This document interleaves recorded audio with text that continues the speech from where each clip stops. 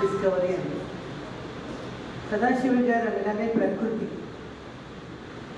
ప్రకృతితో కూడుకున్నటువంటి గ్రంథాలయం. అవునా?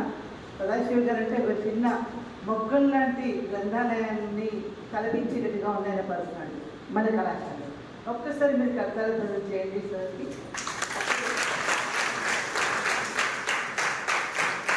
ఈ వేదిక అందం కనబడుతుంది, ముందు కూర్చుంటే మీరు అందం కనబడతారు. సో ఎప్పుడు తరగతి గది ఇట్లాగే ఉండాలి, తరగతి గదిలోనే మేధస్సు కొడుతుందంటారు. సో ఈరోజు మనం నేర్చుకోవాల్సినటువంటి వర్క్షాప్ అంటున్నారు, మెడిసినల్ ప్లాంట్స్ అంటున్నారు. ఏంటి మెడిసినల్ ప్లాంట్స్?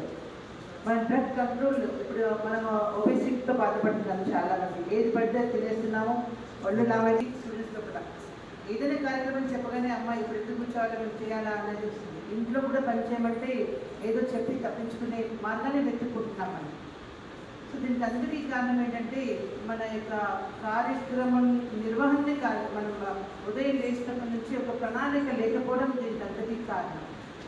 ప్రణాళికబద్ధమైనటువంటి జీవితాన్ని మనం నిర్వహిస్తే మన శరీరంతో పాటు మన ఆలోచనలు కూడా బాగుంటాయి. ఆలోచనతో పాటు మన బుద్ధి కూడా వికసిస్తుంది. బుద్ధి వికసించినప్పుడు చదువు జ్ఞానం అనేది మనకు తెలుస్తుంది. చదువు